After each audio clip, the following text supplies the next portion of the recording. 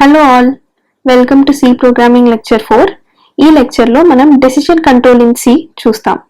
Decision control అంటే ఏంటంటే, ఇప్పుడు సపోజ్ నేను ఒక స్టేట్మెంట్ ఉంది. ఆ స్టేట్మెంట్ని ఒక డెసిషన్ మీద బేస్డ్ గానే నేను ఆ స్టేట్మెంట్ ఎగ్జిక్యూట్ చేయాలనుకుంటున్నా. సో ఇది మనం కంపైలర్కి ఎలా చెప్పగలం అనేది ఇఫ్ అనే కీవర్డ్తో మనం ఎక్స్ప్రెస్ చేస్తాం.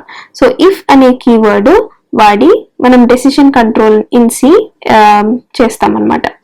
సో ఇప్పుడు ఈ లెక్చర్ లో మనం ఈ 3 సెక్షన్స్ చూడబోతున్నాం. ఇఫ్ స్టేట్మెంట్ అంటే ఏంటి, ఇఫ్ స్టేట్మెంట్ లోపల వాడే కంపారిజన్ ఆపరేటర్స్ ఉంటాయి కొన్ని, అవి చూస్తాం. తర్వాత ఒక ఫ్లో చార్ట్ గీస్తాం ఇఫ్ స్టేట్మెంట్ మనం అర్థం చేసుకోవడానికి. నెక్స్ట్ ఒక నెస్టెడ్ ఇఫ్ ఎలా ఉంటది అంటే ఇఫ్ లోపల ఇఫ్ రాస్తే ఆ ఫ్లో ఎలా ఉంటది అనేది మనం అర్థం చేసుకుంటాం. నెక్స్ట్ ఇఫ్ ఎల్ స్టేట్మెంట్ గురించి చూద్దాం. తర్వాత ఇఫ్ ఎల్ స్టేట్మెంట్ కూడా ఒక ఫ్లో చార్ట్ గీసి నెస్టెడ్ ఇఫ్ ఎల్స్ ఎలా ఉంటది, నెస్టెడ్ ఇఫ్ ఎల్స్ లో ఫ్లో ఎలా ఉంటది అనేది కూడా చూస్తాం. తర్వాత కొన్ని లాజికల్ ఆపరేటర్స్ ఉంటాయి.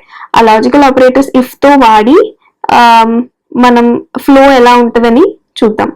తర్వాత hierarchy of these operators. So మీరు చూసినట్లయితే లెక్చర్ 2 లో ఆల్రెడీ మనం కొన్ని ఆపరేటర్స్ డిఫైన్ చేసి దాని హైరార్కీ చెప్పాం. మల్టిప్లికేషన్, డివిజన్, ఇలా సబ్ట్రాక్షన్, ఇలా ఉన్న ఆపరేటర్స్ అన్నిటికీ హైరార్కీ చెప్పాం.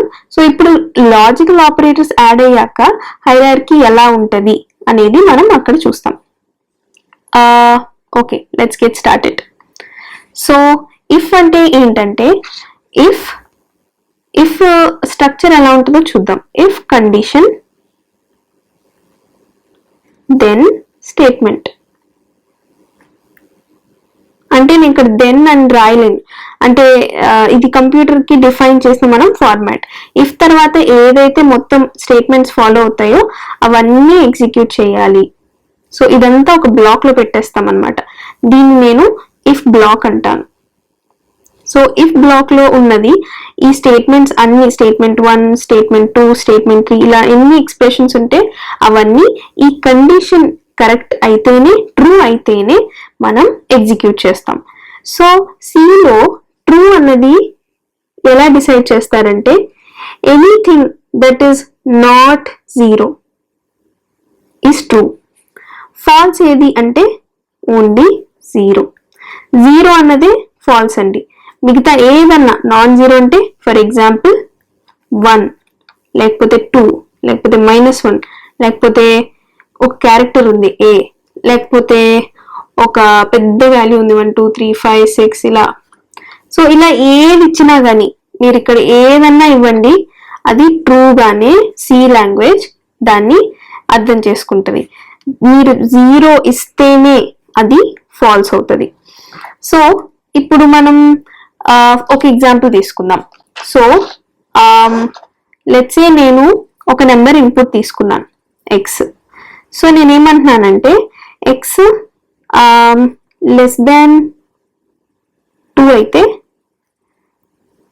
నేను x లెస్ దాన్ 2 అని ప్రింట్ చేయాలి,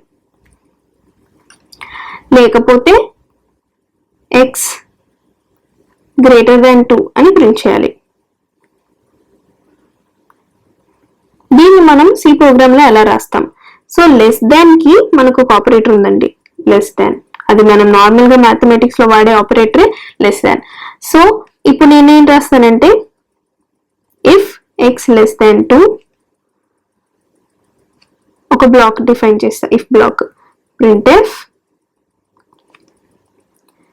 less than 2.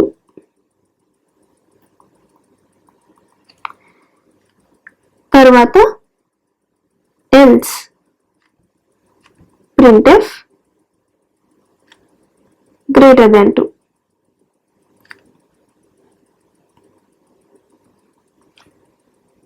Okay, so if statement ఇలా వర్క్ అవుతుందండి. ఈ కండిషన్ ట్రూ అయితేనే మనం ఈ లోపల ఉన్న స్టేట్మెంట్స్ ని ఎగ్జిక్యూట్ చేస్తాం, లేకపోతే ఎల్స్ ఉంటే ఎల్స్ లేకపోతే అసలు ఏది ఎగ్జిక్యూట్ చేయకుండా నెక్స్ట్ మన ప్రోగ్రామ్ లో ఏదైతే ఉందో అది ఎగ్జిక్యూట్ అయిపోతుంది. సో ఇప్పుడు మన కామన్ గా వాడే ఆపరేటర్స్ ఏంటి అంటే డబుల్ ఈక్వల్ టు అండి. సో సింగిల్ ఈక్వల్ టు ఎందుకు వాడకూడదు అంటే నేను if X equal to Y ఎందుకు వాడకూడదు అంటే ఈక్వల్ టు అనేది అసైన్మెంట్ ఆపరేటర్. అసైన్మెంట్ ఆపరేటర్ ని మళ్ళీ మనం ఇక్కడ కండిషన్ ఆపరేటర్ గా వాడలేము. సో అందుకే equal to already assignment operator కాబట్టి condition equal to condition check చేయడానికి మనం డబల్ ఈక్వల్ టు వాడాలి. ఇది చాలా ఇంపార్టెంట్ సి లాంగ్వేజ్ లో. తర్వాత X not equal to Y. So not equal to మనం మ్యాథమెటిక్స్ లో ఎలా రాస్తామండి, ఈక్వల్ టు పెట్టి ఇలా రాస్తాం. కానీ కంప్యూటర్ లాంగ్వేజ్ లో ఈ ఆపరేటరే లేదు, ఈ సింబలే లేదు. సో అందుకే మనం నాట్ ఈక్వల్ టు అని వాడతాం. తర్వాత మనకి X less than Y, normal మన మ్యాథమెటిక్స్ లో ఎలా వాడతాం అలాగే. X greater than Y, X less than or equal to Y, X greater than or equal to Y. So ఇవన్నీ మనం మ్యాథమెటిక్స్ లో వాడే సింబల్సే. కానీ ఈ X less than or equal to Y ఇది మనకి కీబోర్డ్ లో ఉండదు కాబట్టి దీన్ని X less than or equal to Y ఇలా రాస్తాం. ఇది కూడా మనకి greater than or equal to ఈ సింబల్ కీబోర్డ్ లో ఉండదు కాబట్టి X greater than or equal to Y. Okay, so ఇవి కామన్ ఆపరేటర్స్ అండి. సో ఇవి వాడి మనము ఒక ప్రోగ్రామ్ రాద్దాం. సో ఇప్పుడు ఒక ప్రోగ్రామ్ రాసేస్తున్నాను. ఏంటంటే ఇప్పుడు నేను ఏజ్ ఇన్పుట్ గా తీసుకుంటున్నానండి. సో ఏజ్ ఇన్పుట్ గా తీసుకుని ఏజ్ ఒకవేళ గ్రేటర్ దాన్ 18 అయితేనే అలౌడ్ అని ప్రింట్ చేయాలి. ఓకే, సో నేను ఇప్పుడు మెయిన్ ఫంక్షన్ రాసేస్తున్నా ఇంట్ ఏజ్. సో ఏజ్ అనేది ఇంట్ కాబట్టి ఇంటిజర్ వాల్యూస్ ఉంటాయి కాబట్టి ఇంట్ అని డిక్లేర్ చేశాను. తర్వాత printf enter your age.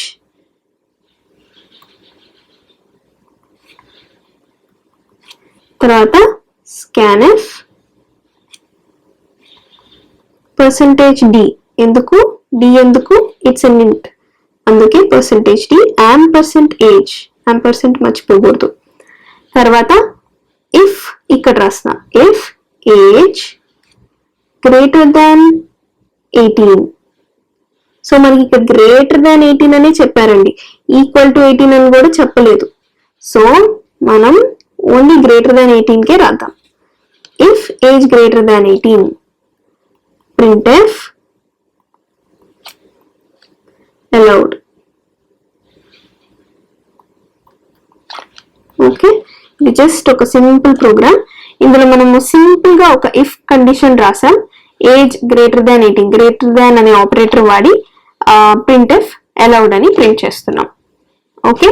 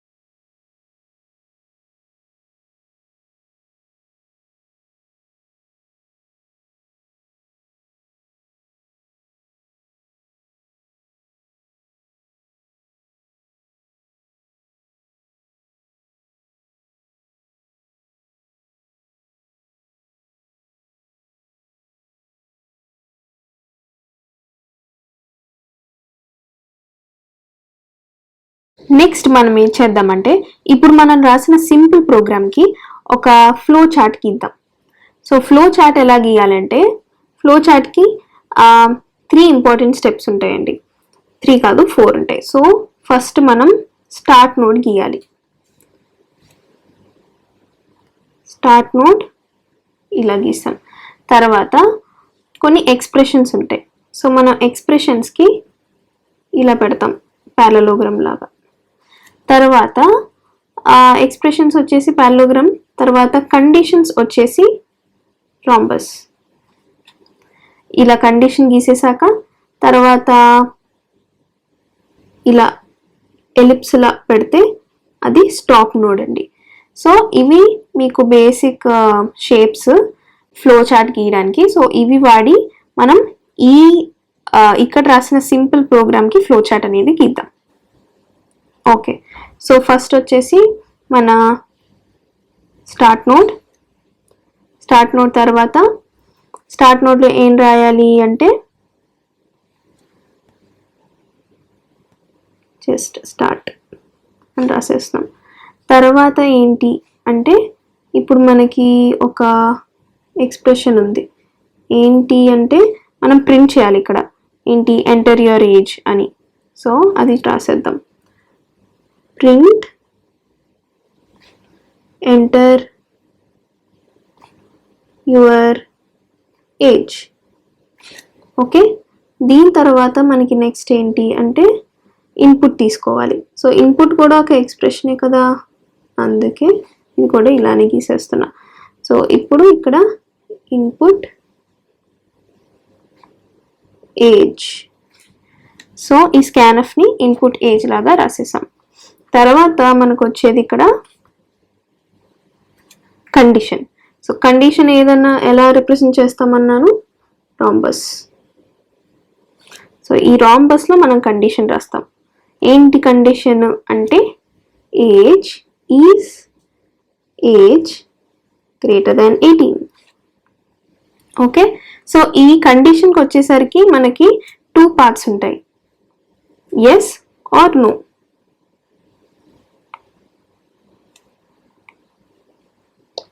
Okay, so ఇక్కడ ఎస్ అనే దానికి రైట్ సైడ్ పాత్ తీసుకుంటామండి, నో అనే దానికి లెఫ్ట్ సైడ్ పాత్ తీసుకుంటాం. ఓకే, సో ఎస్ అంటే ఏంటి, ఇక్కడ ఎస్ అంటే ఏంటి, ప్రింట్ఎఫ్ అలౌడ్ అని రాయమన్నారు. సో ప్రింట్ఎఫ్ అనేది ఒక ఎక్స్ప్రెషన్ కాబట్టి దానికి నేను ఇలా ఫ్లో చార్ట్ గీసేసి ప్రింట్ అలౌడ్.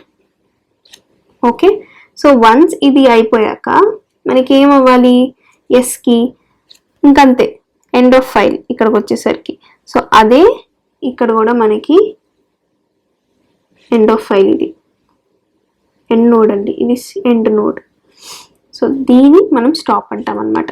సో నో కూడా, నో అంటే ఏంటి, ఇక్కడ నేను ఇఫ్ ఏజ్ గ్రేటర్ దాన్ 18 అన్నాను, నాట్ గ్రేటర్ దాన్ 18కి మనకి ఇక్కడ ఇంకేం పాత్ లేదు. సో నో కూడా నాట్ గ్రేటర్ దాన్ 18 అయితే ఈ నోడ్కి వెళ్ళిపోతుంది, ఇది ఎండ్ నోడ్.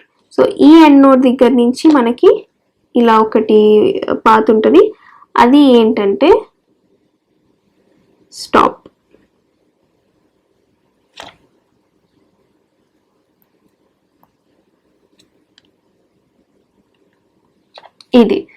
ఇది మన ఫ్లో చార్ట్. సో ఇప్పుడు స్టార్ట్ నోడ్ ఇలా రిప్రజెంట్ చేస్తాను. తర్వాత ప్రింట్ఎఫ్ ఎంటర్ యువర్ ఏజ్, తర్వాత ఇన్పుట్ తీసుకున్న ఏజ్, తర్వాత ఈజ్ ఏజ్ గ్రేటర్ దాన్ 18, ఇది ఒక కండిషన్. సో కండిషన్కి 2 పార్ట్స్ ఉంటాయి, ఎస్ నో. సో ఎస్ అయితే ప్రింట్ అలౌడ్, నో అయితే ఏం చేయక్కర్లేదు మనం. సో నో అయితే నథింగ్ టు డూ.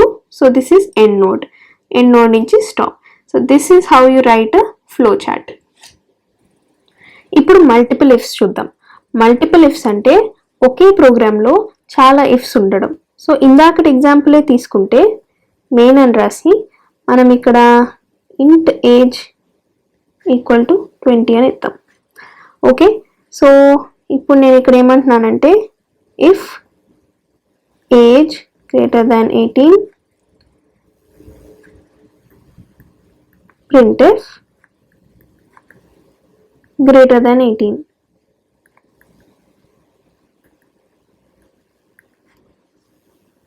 నెక్స్ట్ ఇంకో ఇఫ్ రాస్తున్నా, if age greater than 20, printf greater than 20. ఇప్పుడు మళ్ళీ ఇంకోటి రాస్తున్నా, if age less than 40,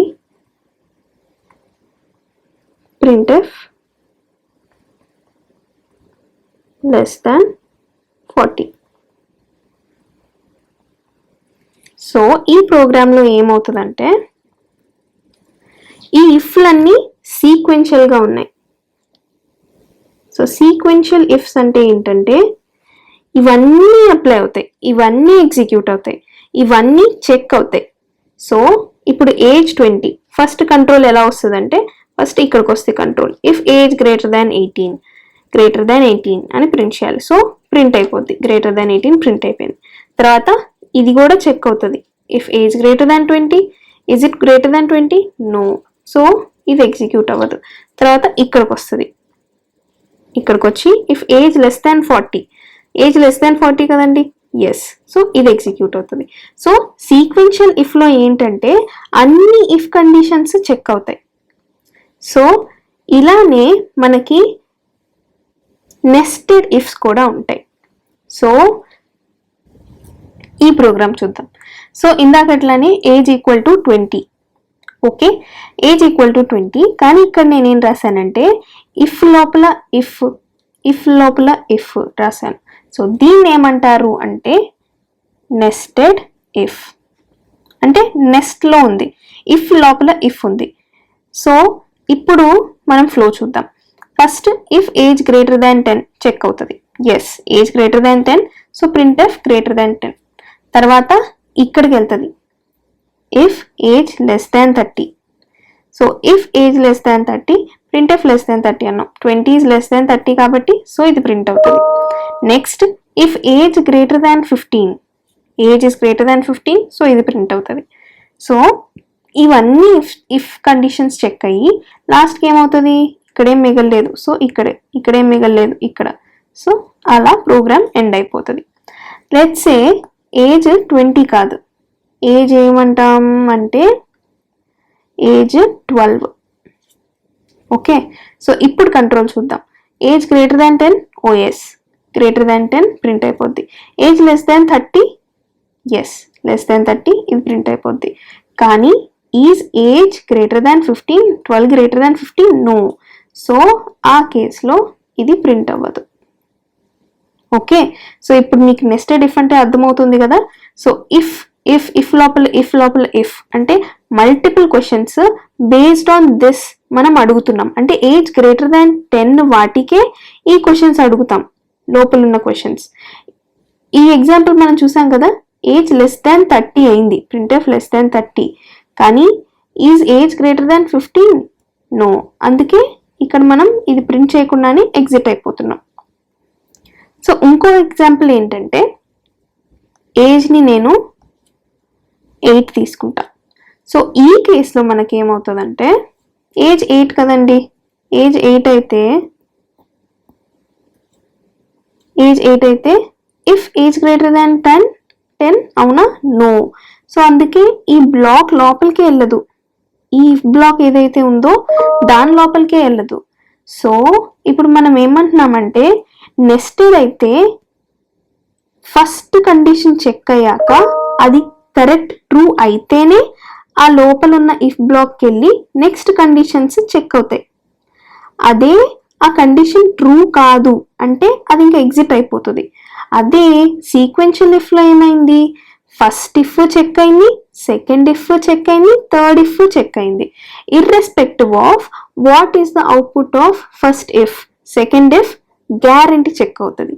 కానీ ఇక్కడ వచ్చేసి ఈ ఫస్ట్ ఇఫ్ కండిషన్ అవుట్పుట్ని బట్టి దాన్ని బేస్ చేసుకుని మన సెకండ్ ఇఫ్ చెక్ చేయాలా లేదా, థర్డ్ ఇఫ్ చెక్ చేయాలా లేదా అనేది డిసైడ్ అవుతుంది. దాన్ని నెస్టెడ్ ఇఫ్ అంటారు. సో మనం ఎప్పుడు నెస్టెడ్ ఇఫ్ వాడాలి, ఎప్పుడు సీక్వెన్షియల్ ఇఫ్ వాడాలి అనేది ఎలా డిసైడ్ చేస్తాం, అది మన యూస్ కేస్ బట్టి ఉంటుంది. సో నా యూస్ కేస్ ఇక్కడ ఏంటంటే అన్ని ఇఫ్ కండిషన్స్ చెక్ అవ్వాలి అనేది నా యూస్ కేస్. సో అందుకే నేను ఇక్కడ ఒక సీక్వెన్షియల్ ఇఫ్ రాశాను. కానీ ఇక్కడ నా యూస్ కేస్ ఏంటంటే ఏజ్ గ్రేటర్ దాన్ 10 వాళ్ళకే నేను ఈ కండిషన్స్ చెక్ చేయాలి. ఓకే, సో అందుకే నేను ఇక్కడ నెస్టెడ్ ఇఫ్ రాశాను. ఒకవేళ ఏజ్ గ్రేటర్ దాన్ 10 కానోళ్ళు నాకు అవసరం లేదు. సో అంటే 10 కంటే బిలో ఉన్న వాళ్ళు నాకు అసలు అవసరమే లేదు. వాళ్ళు ఎంటర్ అయితే జస్ట్ ఇక్కడ ఎగ్జిట్ అయిపోతారు. ఓకే, ఈ బ్లాక్ నుంచి డైరెక్ట్ ఎగ్జిట్ అయిపోవడమే. So I'm only interested in people whose age is greater than 10. So అందులో ఓకే గ్రేటర్ దాన్ 10 కాబట్టి నెక్స్ట్ లెస్ దాన్ 30నా లేదా అని చెక్ చేశా. ఓకే, సో తర్వాత ఓకే లెస్ దాన్ 30 ప్రింట్ చేశా. తర్వాత ఏజ్ గ్రేటర్ దాన్ 15నా లేదా అనేది చెక్ చేశా. సో లాస్ట్కి నేను ఏ ఏజ్ రేంజ్లో ఉన్న వాళ్ళని తీసుకుంటున్నానండి. ఏ ఏజ్ రేంజ్లో ఉన్న వాళ్ళనంటే గ్రేటర్ దాన్ 10 ఉండాలి. ఓకే, తర్వాత లెస్ దాన్ 30 ఉండాలి, తర్వాత గ్రేటర్ దాన్ 15 ఉండాలి. So I'm preferring people in this age. So ఈ మొత్తం ఈ నెస్టెడ్ ఇఫ్ మొత్తం మనం ఒక సింపుల్ స్టేట్మెంట్లో రాయొచ్చు. ఎలా అంటే if age is greater than 15, అంటే నేను రెడ్యూస్ చేస్తున్నానండి. ఇప్పుడు దీన్ని మనం మల్టిపుల్ నెస్టెడ్ ఇఫ్స్ నుంచి సింపుల్ ఇఫ్స్లోకి ఎలా మార్చాలనేది చూద్దాం. సో ఇది నా రేంజ్ కదా. సో ఏజ్ అనేది ఈ రేంజ్లో ఉండాలి. So if age greater than 15, తర్వాత మళ్ళీ ఇఫ్ ఏజ్ లెస్ దాన్ 30. ఇప్పుడు నేను ఇక్కడ ఒక ప్రింట్ ఎఫ్ రాస్తాను. ఓకే, సో దీన్ని 3 ఇఫ్ స్టేట్మెంట్స్ ఉన్నదాన్ని నేను 2 ఇఫ్ స్టేట్మెంట్స్కి రెడ్యూస్ చేశా. ఇంకా దీన్ని రెడ్యూస్ చేయాలి అంటే ఇక్కడ మన లాజికల్ ఆపరేటర్స్ యూజ్ అవుతాయి. లాజికల్ ఆపరేటర్స్ అంటే ఏంటంటే 2 కండిషన్స్ని కండిషన్ 1 కండిషన్ 2. సో ఈ 2 కండిషన్స్ని మనం యూజ్ చేసి ఒక కాంప్లెక్స్ కండిషన్ని రాయడం ఎలాగా అనేది మన లాజికల్ ఆపరేటర్స్ యూజ్ అన్నమాట. సో ఇప్పుడు లాజికల్ ఆపరేటర్ ఎలా వాడాలో చూద్దాం. సో ఇక్కడ నేను ఏమంటున్నాను, ఏజ్ ఈజ్ గ్రేటర్ దాన్ 15, ఈ కండిషన్ బట్టి age greater than 15 and age is less than 30. So అది, సో ఏజ్ ఏంటి 15 30. సో ఇది మ్యాథమెటిక్స్లో రాయాలంటే మనం ఇలా రాసాం రేంజ్. కానీ లాజికల్ ఆపరేటర్లో మనం ఇప్పుడు రాయాలంటే అండ్ అనే లాజికల్ ఆపరేటర్ వాడతాం. సో ఇది మన నార్మల్ మనం అండ్ వాడతాం కదా, అదే అండ్ని కంప్యూటర్ లాంగ్వేజ్లో యాంపర్సెంట్ 2 యాంపర్సెంట్లు వాడితే అది అండ్ ఆపరేటర్ అండి. సో ఇప్పుడు నేనేమంటాను, age greater than 15 and age less than 30. So C లాంగ్వేజ్లో అండ్ అనేది ఇలా డబుల్ యాంపర్సెంట్ రాసి రిప్రజెంట్ చేస్తారండి. మీరు జస్ట్ అండ్ రాస్తే సిలో అది డిటెక్ట్ అవ్వదు. అదేమి కీవర్డ్ కాదు, అదేమి ఫంక్షన్ కాదు, అది సిలో అది అసలు అండ్ అనేది డిఫైన్డే లేదు. సో ఈ లాజికల్ ఆపరేటర్ అండ్ యాంపర్సెంట్ అనేది వాడి మనం కాంప్లెక్స్ కండిషన్ని కన్స్ట్రక్ట్ చేస్తాం. సో ప్రీవియస్ ప్రాబ్లంలో మల్టిపుల్ ఇఫ్స్ని మనం if age greater than 15 ampersand age less than 30 printf allowed.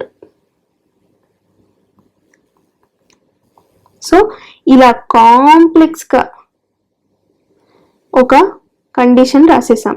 So ఒక్క కండిషన్తో మనకి ఇన్ని నెస్టెడ్ ఇఫ్స్ 3 నెస్టెడ్ ఇఫ్ 1 2 3 ఈ 3 నెస్టెడ్ ఇఫ్స్ని ఒక సింపుల్ ఇఫ్ బట్ కాంప్లెక్స్ కండిషన్లోకి మార్చేసాం. సో ఇది లాజికల్ ఆపరేటర్స్ ఎలా యూజ్ చేసి మనం ఇఫ్ స్టేట్మెంట్స్ని సింప్లిఫై చేయొచ్చు అనేది. తర్వాత మనం ఇఫ్ ఎల్స్ చూద్దాం. ఇఫ్ ఎల్స్ అంటే ఏంటంటే ఫస్ట్ లోనే మనం ఒక సింపుల్ ప్రోగ్రామ్ చూసాం కదా, if x greater than 18 printf allowed, else printf not allowed.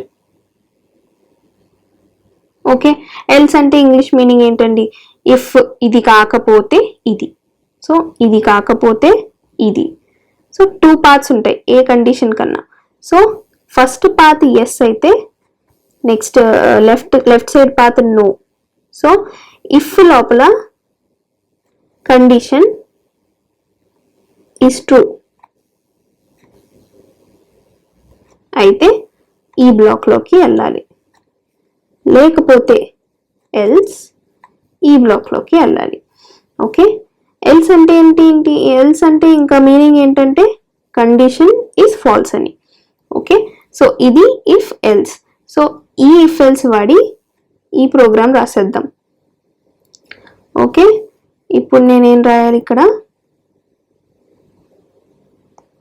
If X greater than 18 printf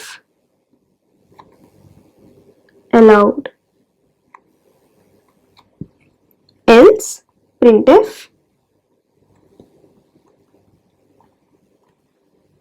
not allowed. Okay, so ఇది మన if else, simple if else.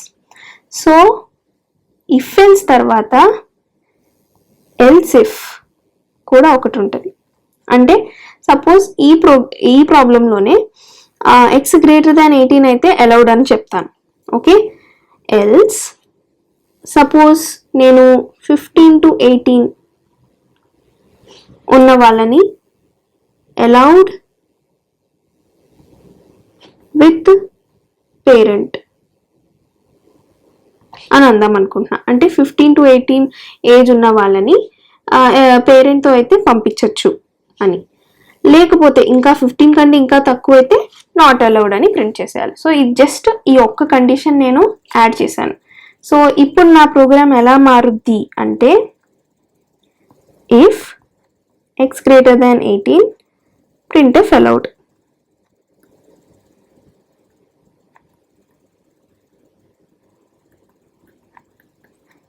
తర్వాత ఎల్స్ ఇఫ్ అంటే ఎక్స్ గ్రేటర్ దాన్ 18 కాకపోతే, అంటే X less దాన్ 18 అయితే else if.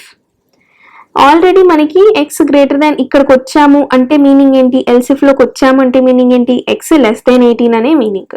So else X less than 18 meaning, but X can be less than 15 also, less than 15 కూడా ఉండొచ్చుగా. So కానీ మనం ఇక్కడ ఏమంటున్నాం, 15 కంటే ఎక్కువ ఉంటేనే ఇది ప్రింట్ చేయమంటున్నాం. ఓకే, సో నేను ఇప్పుడు ఇక్కడ రాసేస్తాను, else if X greater than 15. Okay, else if X greater than 15 printf allowed with parent. Okay, తర్వాత గ్రేటర్ దాన్ 15 కాదు అంటే, ఎక్స్ గ్రేటర్ దాన్ 15 కాదంటే ఇంకా నేనేం చేయలేను, else not allowed.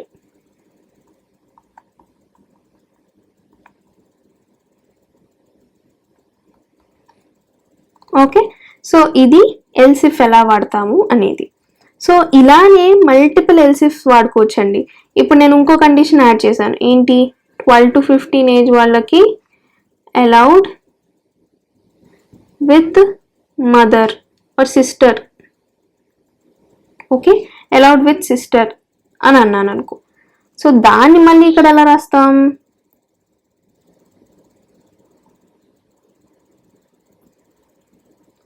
else if x greater than 12.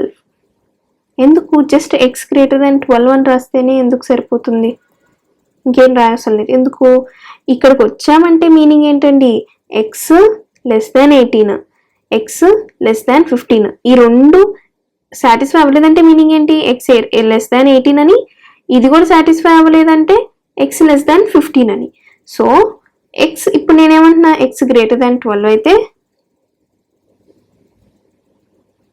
Allowed with sister. మళ్ళీ ఇక్కడ ఒక ఎల్స్ రాసా, else printf not allowed. Okay, so ఇలా ఇక్కడ ఇచ్చిన కండిషన్స్ని బట్టి మన ఇఫ్ ఎల్స్లు మారిపోతాయి. నెక్స్ట్ మనం చూసేది లాజికల్ ఆపరేటర్స్. సో ఇంతకు ముందే చెప్పా కదా, యాంపర్సెంట్ అనేది అండ్ అని. ఇంకో లాజికల్ ఆపరేటర్ ఉంది, దీన్ని ఆర్ అని అంటాం. ఓకే, తర్వాత ఇంకో ఆపరేటర్ ఏంటంటే నాట్, దీన్ని నాట్ అంటాం. సో సింపుల్ టర్మ్స్లో మనం డిస్క్రీట్ మ్యాథ్స్లో కూడా ఇదే చెప్తాం కదండి. అండ్ అంటే and of X and Y, or అంటే or of X and Y, not అంటే నెగేషన్, అంటే negation of true is false, అలాగే negation of false is true. So and కూడా true and true, true and false, false and false. ఇలాగే or, true or true, true or false, false or false. So ఇవి logical operators. ఇంకో operator కూడా ఉంటుంది, దాన్ని ఏంటంటే conditional operators అని అంటాం. సో దీంట్లో ఫస్ట్ ఏంటంటే టెర్నరీ ఆపరేటర్ అని ఒకటి ఉంటుంది. టెర్నరీ ఆపరేటర్ అంటే ఇప్పుడు 3 ఆర్గ్యుమెంట్స్ తీసుకుంటుంది అనమాట. సో 3 ఆర్గ్యుమెంట్స్లో మన ఇఫ్ ఎల్స్ లాంటి ఒక బిహేవియర్ అనేది ఉంటుంది. సో ఫర్ ఎగ్జాంపుల్ నేను రాసిన ఇది expression 1 question mark, expression 2 colon, expression 3. So ఇది జనరల్ ఫార్మాట్ అనమాట, ఇదే టెర్నరీ ఆపరేటర్ అనే దానికి. సో ఫర్ ఎగ్జాంపుల్ దీన్ని ఎలా వాడచ్చు అంటే X greater than 5 question mark, అంటే y equal to X greater than 5 question mark 3 colon 4.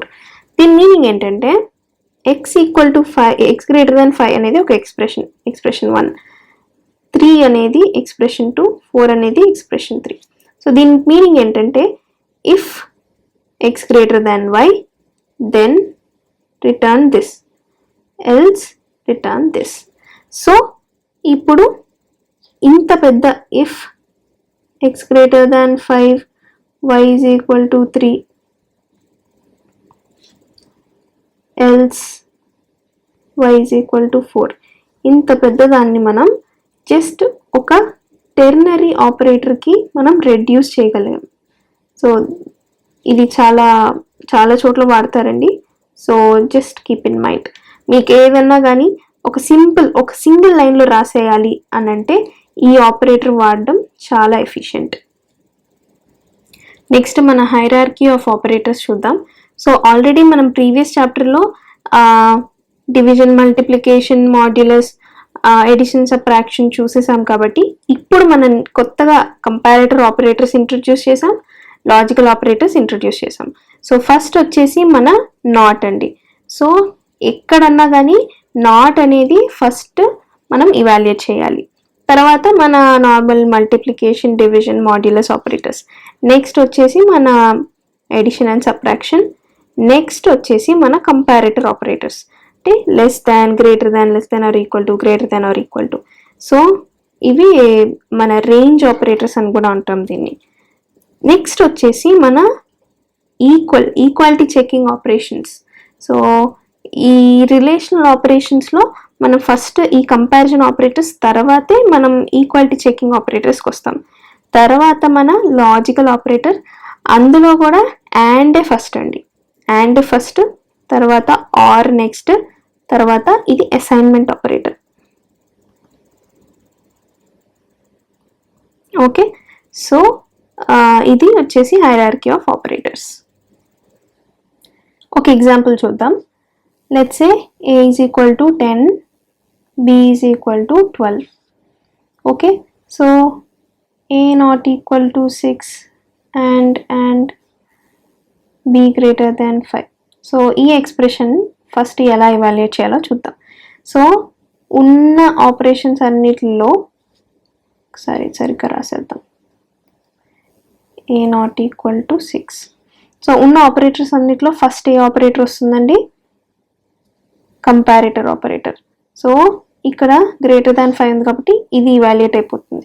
So b > 5, 12 > 5 true. So సిలో నేను ముందే చెప్పా కదా, ట్రూ అంటే 1 or any number, any non zero number. False అంటే 0. ఓకే, సో ఇప్పుడు ఫస్ట్ ప్రయారిటీ మాత్రం ట్రూ అంటే 1 అండి. ఎప్పుడు కానీ ట్రూ అంటే 1 అనే ఇస్తాం. సో b > 5 దీని అవుట్పుట్ 1. తర్వాత && a0 = 6. సో ఇందులో ఉన్న ఆపరేటర్స్లో, ఈ 2 ఆపరేటర్స్లో ఏది ఫస్ట్ ఇక్కడికి వచ్చేస్తే మన not equal to operator first వచ్చింది. సో a0 = 6 ట్రూ. సో అది 1 && 1. So 1 and 1 is 1. So answer వచ్చేసి 1. ఓకే, అలానే ఇంకోటి చూసేద్దాం. a = 9 or b <3. సో ఇందులో ఫస్ట్ ఏది? =నా, ఆరా, లేకపోతే <3ఆ? సో <3. అది ఫస్ట్ మనం ఇవాల్యుయేట్ చేయాలి. b <3 no, falls. సో ఇది 0. Or a = 9 no, a is 10. So ఇది ఫాల్స్. 0 ఆర్ 0 0. సో ఇలా ఎవాల్యుయేట్ చేస్తాం. ఇప్పుడు మనం ఎండ్ ఆఫ్ ద లెసన్కి వచ్చేసాం. సో వెళ్ళబోయే ముందు ఒక చిన్న ప్రాబ్లం చూద్దాం. సో ఇందులో int I అని చెప్పాను. int I printf enter value of I scan చేసేసా. తర్వాత if I = 5 printf you entered 5, else printf you entered something other than 5. So ఈ ప్రాబ్లంకి మన అవుట్పుట్ ఏం ప్రింట్ అవుతుందో చెప్పాలండి. మీకు కావాలంటే కొంచెంసేపు పాజ్ చేసుకోండి, ఇక్కడే పాజ్ చేసుకుని అవుట్పుట్ ఏంటి అనేది మీ మనసులో అనుకోండి. సో అవుట్పుట్ ఏంటి అంటే ఈ ప్రాబ్లంకి అవుట్పుట్ యూ ఎంటర్డ్ 5. సో ఇది ప్రింట్ అవుతుంది. ఎందుకు అంటే I వాల్యూ మనం లెట్స్ సే 20 ఇచ్చాం. ఓకే, చెప్పడం మర్చిపోయాను. I 20 అనుకుందాం. ఓకే, I 20 అయితే I = 5 అని చెక్ చేస్తున్నాం. ఇది కానీ ఇక్కడ ఇది చెక్కింగ్ ఆపరేటర్ కాదండి. ఈక్వల్ టు అనేది assignment operator. Okay, equal to అనేది అసైన్మెంట్ ఆపరేటర్ కాబట్టి I = 5 ఏం రిటర్న్ చేస్తుంది అంటే 5 రిటర్న్ చేస్తుందండి. సో ఇఫ్ 5 అనే దానికి రెడ్యూస్ అవుతుంది ఇది ఆఖరికి. సో సిలో ఏం చెప్పానండి? నాన్ జీరో అన్ని ట్రూనే, నాన్ జీరో వాల్యూస్ అన్ని ట్రూనే. సో 5 నాన్ జీరో కాబట్టి if true printf you entered 5. Okay, so మీరు I ఏది ఎంటర్ చేసినా, ఐని మీరు 30 ఎంటర్ చేసినా 40 ఎంటర్ చేసినా ఏం ఎంటర్ చేసినా కానీ I = 5 అసైన్ అయిపోయి ఇక్కడ 5 రిటర్న్ అవుతుందండి. ఈ 5 if 5 you entered 5 లోకి వెళ్ళిపోతుంది. సో ఎల్స్లోకి వెళ్ళదు కదండి. వన్స్ ఈ ఇఫ్లోకి వెళ్తే ఎల్స్లోకి వెళ్ళదు. సో అలా ఈ ప్రోగ్రామ్ ఎండ్ అయిపోతుంది. So irrespective of the input of the value I మనకి ఇక్కడ printf you entered 5 అనేది ప్రింట్ అయిపోతుంది. సో ఇది ఈ ప్రోగ్రామ్ స్పెషాలిటీ. సో దీని నుంచి మనం ఏం నేర్చుకోవచ్చు అంటే ఈక్వల్ టు అనేది అసైన్మెంట్ ఆపరేటర్, == అనేది equality checking operator. Okay, so చాలా మంది మిస్టేక్ చేస్తారు. ఇఫ్ రాసి if I = 5 అంటారు. if I = 5 అనే దానికి అసలు మీనింగే లేదండి. I = 5 అంటే అసైన్మెంట్, ఈక్వల్ టు అనేది అసైన్మెంట్ ఆపరేటర్. మీరు ఈక్వాలిటీని చెక్ చేయాలి అంటే == ఆపరేటర్ని వాడాలి. ఓకే, సో ఈ లెసన్కి ఇదే. ఇంకా ప్రాక్టీస్ ప్రాబ్లమ్స్ నేను నెక్స్ట్ లెక్చర్లో అప్లోడ్ చేస్తాను. సో ఈ వీడియో కనుక మీకు అర్థమైతే, హెల్ప్ఫుల్గా అనిపిస్తే please like and share this video. అలానే నా ఛానల్కి సబ్స్క్రైబ్ చేయండి సో దట్ నేను ఇలాంటి వీడియోస్ ఇంకా చాలా క్రియేట్ చేయగలను.